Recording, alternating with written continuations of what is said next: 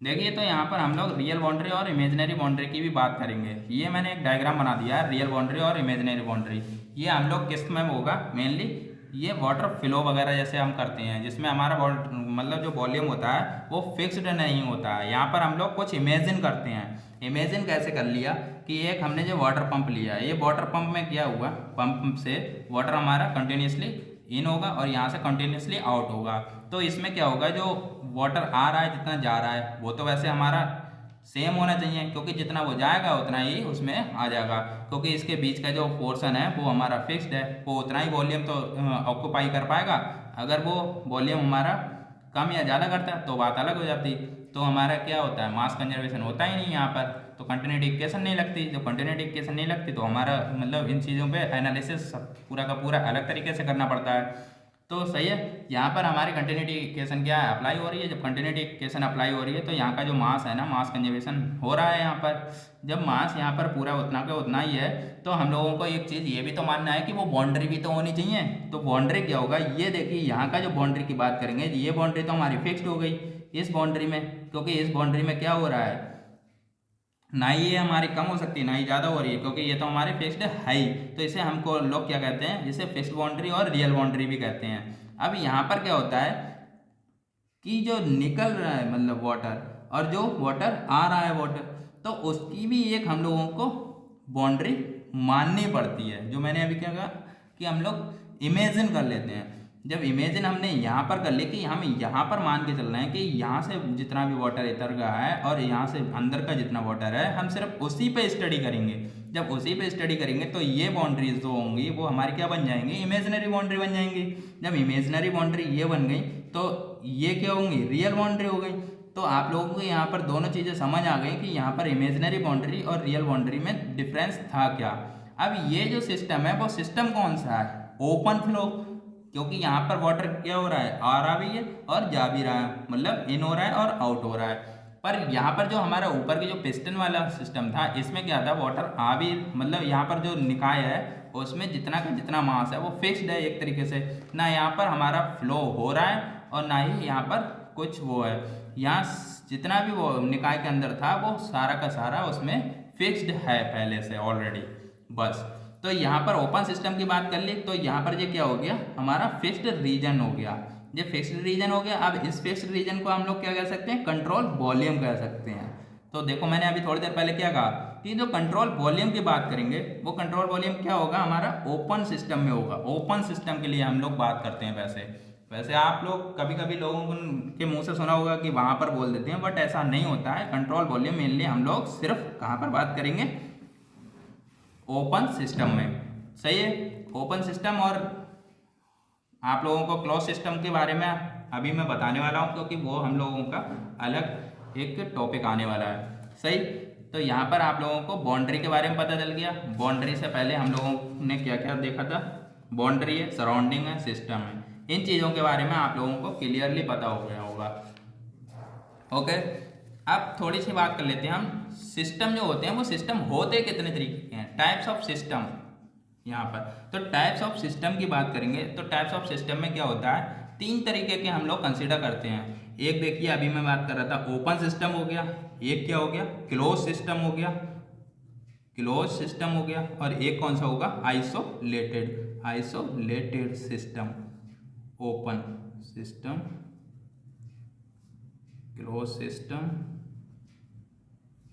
और एक होता है आइसोलेटेड सिस्टम। देखो इसे कहेंगे हम खुला निकाय, खुला निकाय। इसे कहेंगे हम लोग बंद निकाय, बंद निकाय। और ये हमारा क्या हो जाएगा, विलगित, विलगत, विलगित निकाय भी कहते हैं इसे, विलगित निकाय। तो ये हमारे 3 तरीके के निकाय होते हैं मेनली। तो इसमें क्या होगा, तीनों निकायों के बारे में हम थोड़ा थोड़ा अभी डिस्कस कर लेते हैं कि ये है कौन कौन से। तो पहला हम बात करते हैं ओपन सिस्टम की। ओपन सिस्टम, अब ओपन सिस्टम में क्या होता है, आप लोग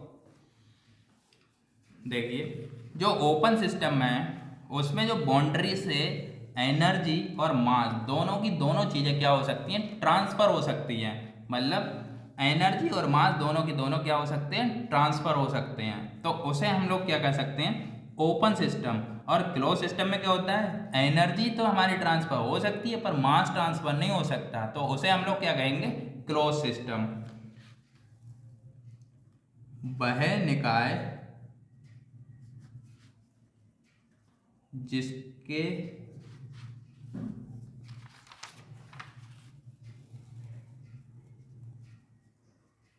बाउंड्री से मास और एनर्जी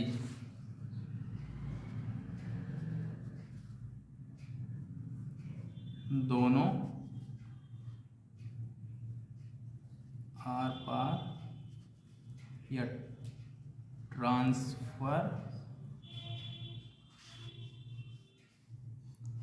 हो सके, तो इसे ओपन सिस्टम कहेंगे, ओपन सिस्टम कहते हैं। ओके, अब ओपन सिस्टम का आप लोग एक एग्जाम्पल के तरीके से समझ लीजिए। जैसे मैंने क्या कहा, एक पिस्टन और सिलेंडर आप ले लीजिए।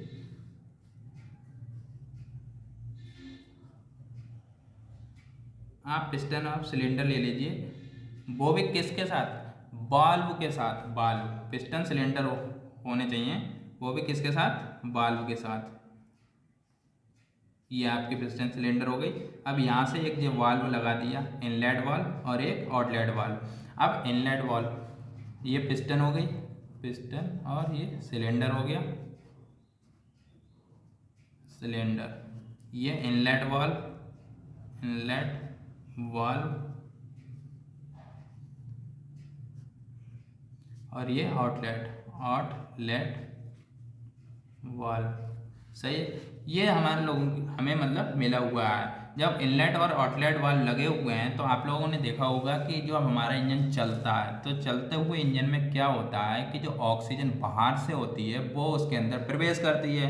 मतलब सीधी सी बात है कि उसके अंदर गैस प्रवेश करी, और प्रवेश करने के बाद जब वो उसका दहन हो जाता है, जैसे आप कहते हैं इग्नाइट हो जाती है, तो वो इग्नाइट होने के बाद वही गैसेस हमारी बाहर निकल आती हैं, वो आउटलेट वाल्व के द्वारा निकल जाती हैं। सही है, तो जब बाहर निकल जाती हैं तो यहाँ पर क्या हुआ, हम लोगों का सिस्टम ओपन हो गया। क्यों, क्योंकि कोई भी चीज़, मास क्या हुआ है, इसके अंदर जा भी रहा है और मास वही बाहर आ भी रहा है। इसमें एनर्जी भी ट्रांसफ़र हो भी रही है, दोनों चीज़ें मतलब काम हो रहा है। एनर्जी ट्रांसफ़र भी हो गया और यहाँ पर मास ट्रांसफ़र भी हो गया।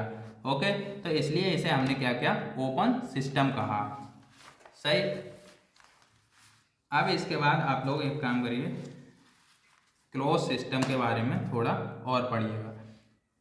उसमें क्या है, क्लोज्ड सिस्टम, क्लोज सिस्टम में क्या होता है, वह निकाय जिसके बाउंड्री से केवल एनर्जी का ट्रांसफर हो सके, ना कि मास का,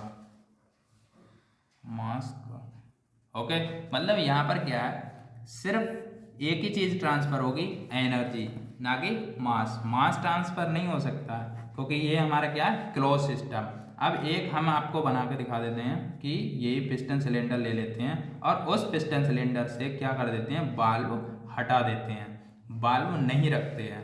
तो इसमें आप लिख लीजिए एग्जाम्पल के तौर पे, piston cylinder with valve. Okay, तो ये है। अब इसमें हम लोग क्या करेंगे, इसके अंदर गैस तो भर दी और गैस भरने के बाद इसे हम क्या कर रहे हैं, कंप्रेस कर रहे हैं और एक्सपेंड कर रहे हैं। जब कंप्रेस और एक्सपेंड कर रहे हैं तो इसमें से क्या होगा, हमारी गैस पे वर्क तो हो रहा है, सब काम हो रहा है, और इसके अंदर हमने बाउंड्री भी मान ली है, सिस्टम भी हो गया ये, पर इसमें से मास का तो ट्रांसफ़र हुआ ही नहीं। क्यों? क्योंकि इसमें क्या हुआ, सिर्फ एनर्जी का हमारा ट्रांसफ़र हो रहा है। एनर्जी कौन सी हो गई, अगर हमने कंप्रेस की तो वो भी तो एक तरीके से एनर्जी ही दी ना हमने इसे, तो ये सारी की सारी एनर्जियाँ होती हैं। अगर हम नीचे इसमें इसके नीचे फ्लेम जला दें और वो क्या हो, उसकी जो मॉलिक्यूल्स होंगे गैस के, वो क्या जब एनर्जी ले लेंगे, मतलब हीटेड होने लगेंगे, तो एक दूसरे बहुत दूर दूर होने लगेंगे। जब दूर दूर होने लगेंगे तो क्या होगा, पिस्टन हमारे ऊपर चलने लगती है।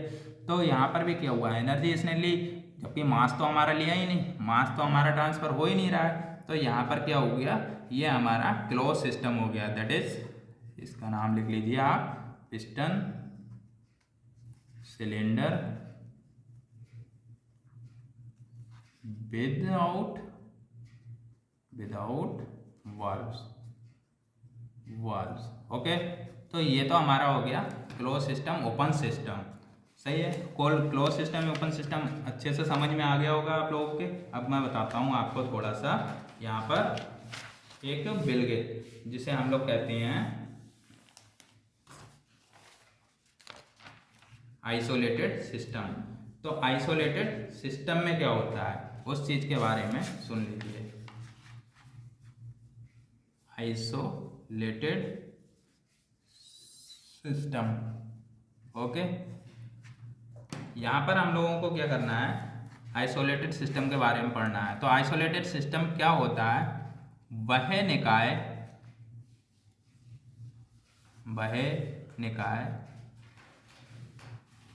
जिसकी